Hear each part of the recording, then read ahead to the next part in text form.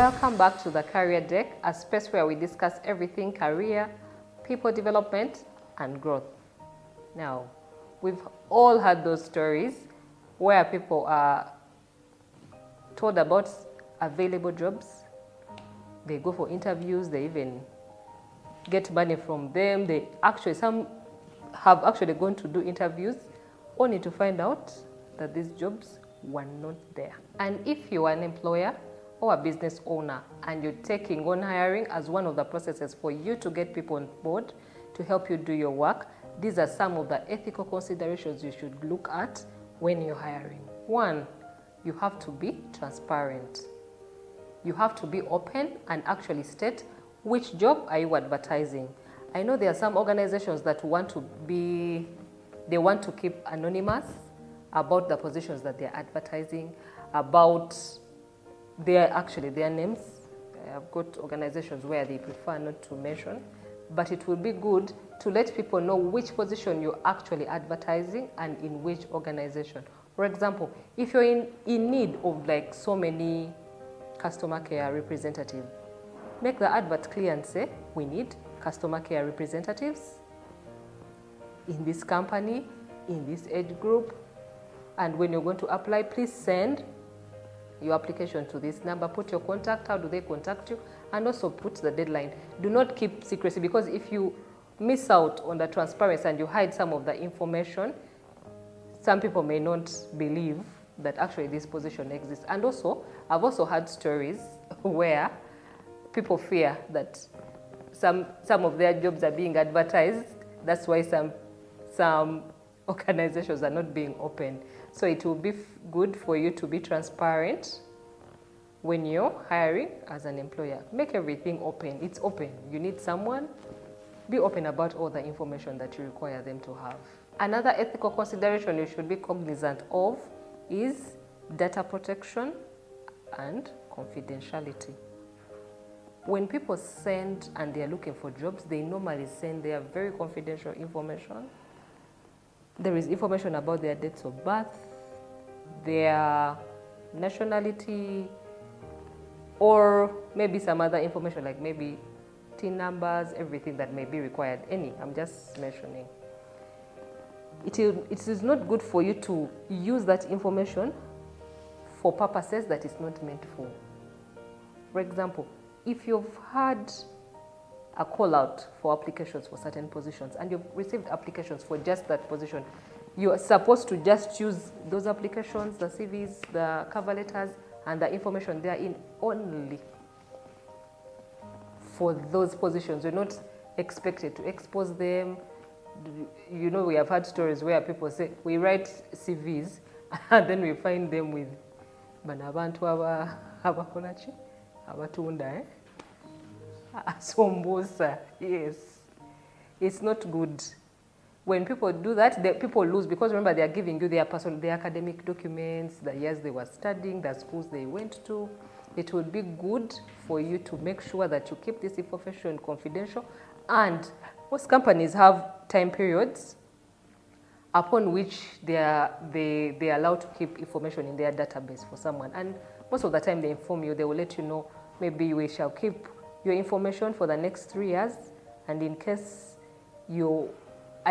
we need you or you meet our requirements at the time when we need it, we shall use it. And at time when you're done, because I think some have archive years, and when you're done and it's time to discard this information, make sure you destroy them according to how maybe they can be burnt, maybe they can be shredded, but make sure that there shouldn't be a point where people's privacy and confidentiality is breached by you leasing out the information they have given you. Avoiding exploitation is one of the things you should consider when you're hiring. Make sure that the position you're going to advertise, you're not going to exploit people. Exploitation can be in many forms. Using people who are not yet eligible for work, for example, people who are 18 years and below. And sometimes this is common on casual jobs, like blue-collar jobs, jobs that require casual labor, like maybe you have a plant and you require casual laborers. Those laborers, however much is casual work, you're expected to use people who are 18 years and above. So make sure when you're calling for applications, you're not calling people to exploit them.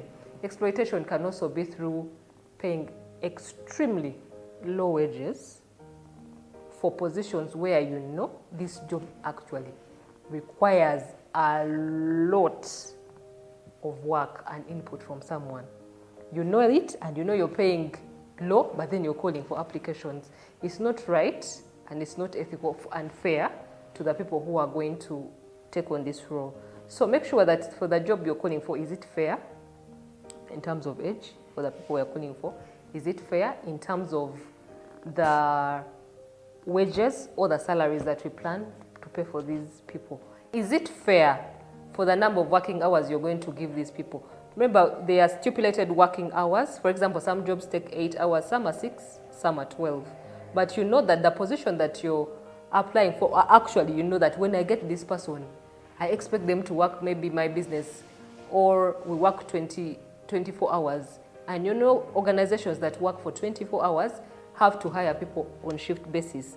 But you know that, and then you go ahead and then expect the people when they come, you know at the back of your mind that when they come, for me, I'll make them work maybe 16 hours so that I cut on costs, so that I can, no, it's not right. You may wonder, what is exploitation? Exploitation is using people who are underage to work, overworking people beyond the expected working hours, that is 8 or to 12 hours, that is in shift basis, or paying extremely low wages for jobs that require a lot of time and a lot of skill, and you are aware of it. So when you're an employer and you're looking to hire people, make sure that the jobs that you're calling people to do not have any of that. Like at the back of your mind, you know that is going to happen, and then you're going ahead to call people. No, it's not right, and people will know. When you make people work for extremely long hours, they will know, because even though they don't know, they will eventually get tired, because you'll be thinking, I'm saving money, they have to work longer, the business, no. You have to ensure that you're fair and you avoid exploitation. Another ethical consideration you need to be aware of is you have to select on merit. You know, so many times people think that you can just get to the shortlist, or people just give jobs to people that they know. Sometimes it's true.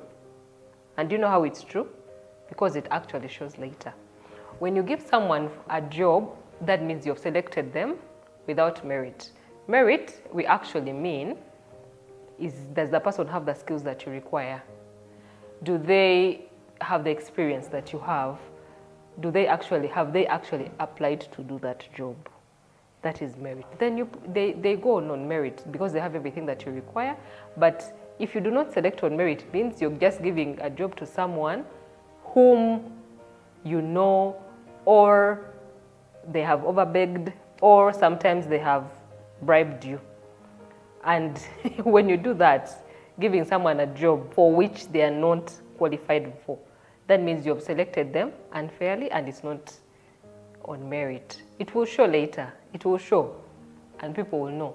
And remember, you are an employer and you want to build a good brand and trust among your people, and so that you're able to attract good talent. So it will be very good of you to always make sure that everyone I've selected here has come on merit. You will not even have any fear or anything that, will they make it? What if they're not doing the job right? Because you're very sure of the process that you followed when you're getting them on board. Fairness is another ethical consideration you need to be aware of. You have to make sure you stick to what you said you're going to do. For example, if you said we need people for 3 years experience, make sure the ones you select are for 3 years. And when you're going to do the shortlist, what did you follow? Is it fair? Is it actually fair to yourself and to the people you are calling to join you into your company as you're hiring? Please do not put in favoritism. Do not take bribes. You know people will eventually know. Because once you do that, people will know, because you'll be getting people who are not qualified to do what they are doing. They'll be struggling, they'll be putting the team down, they'll be pulling the team down, and it will not be good on your side. It will be visible for you as an employer.